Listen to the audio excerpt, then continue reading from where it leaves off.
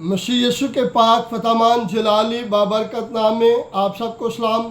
हम खुदाउन के नहायत शुक्रगुजार हैं कि खुदाउन ने हमें मौका बख्शा ताकि हम खुदाउन के ज़िंदा पाक कलाम में से सीखें। तो अज़ीज़ बहन भाइयों, आज हमारा मज़मून है मुक़द्दस हन्ना।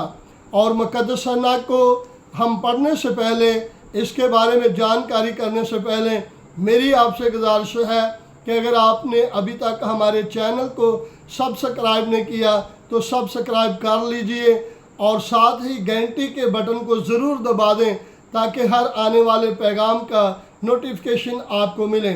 आए हम कलाम अक़दस में से पढ़ते हैं मुक़द्दस शमूएल की किताब और उसका पहला बाब, और उसकी हम 11 आयत से लेकर चंद आयात को कलाम अक़दस में से पढ़ेंगे। कलाम अक़दस में मरकूम है, और उसने मन्नत मानी और कहा, आए रब्बुल फ़ाज़, अगर तू अपनी लौंडी की मुसीबत पर नज़र करे और मुझे याद फरमाए और अपनी लौंडी को फरामोश ना करे और अपनी लौंडी को फ़र्ज़ंदे नरीना बख्शे तो मैं उसे उम्र भर के लिए खुदाउन को नज़र कर दूंगी और उस तरह उसके सिर पर कभी ना फिरेगा। खुदाउन के मुक़द्दस पाक कलाम पढ़े जाने और सुने जाने पर खुदाउन की बरकत हो। अज़ीज़ बहन भाइयों, बाइबल मुक़द्दस में हन्ना का जो लफ्ज़ी मानी बनता है वो फ़ज़ल है, और बाइबल मुक़द्दस में इसका ज़िक्र जो है, हन्ना नाम का ज़िक्र जो है वो 14 बार आया है। और हमें बाइबल मुक़द्दस को जब हम पढ़ते हैं तो हमें नज़र आता है कि ये अल्काना जो थे, अल्काना की 2 बीवियाँ थी। एक का नाम हन्ना था और दूसरी का नाम फ़ेनाना था। फ़ेनाना के बच्चे पैदा होते थे और हन्ना बे औलाद थी, लेकिन बाइबल मुक़द्दस में उसकी बे औलादी के बारे में ये ज़िक्र नहीं है कि वो कितनी देर तक बे औलाद रही।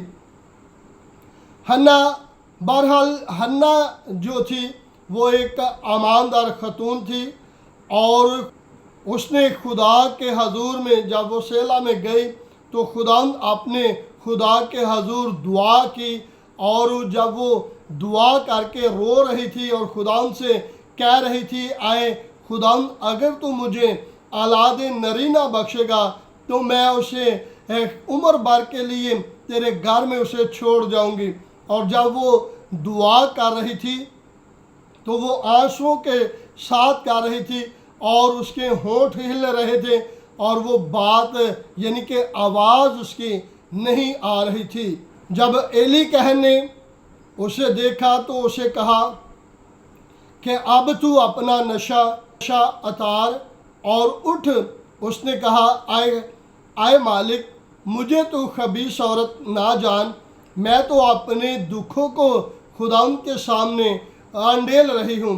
तो उसने कहा, जा, खुदाउन इस्राएल का खुदा तेरे दिल की मुराद और जो तूने खुदावन इस्राएल के खुदा के सामने दुआ की है उसको खुदा पूरा करे। तो ऐन वक्त पर खुदा ने हन्ना की दुआ को सुना और उसे औलाद नरीना बख्शा, और जो उसने अपने उस बेटे का नाम शमूएल रखा। और शमूएल अभी 5 साल के हुए थे तो मुक़द्दस हन्ना जो है उसे वो खुदाउन के घर में छोड़ने आ गई।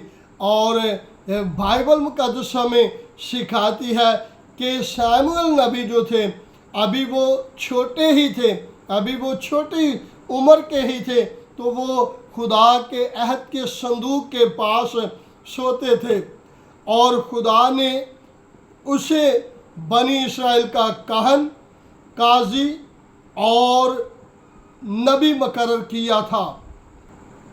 और शमूएल नबी जो थे, इसके तल्लक से लिखा है कि इसने अपनी उम्र भर खुदा की किसी बात को मिट्टी में नहीं मिलने दिया।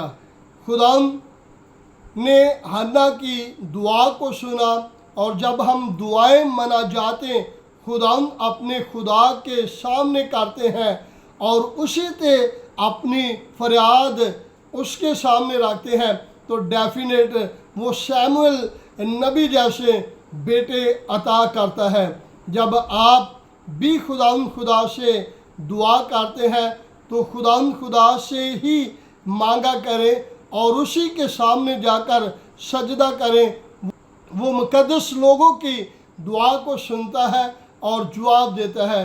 खुदा इस कलाम के वसीला से आप सबको बरकत दे। God bless you all.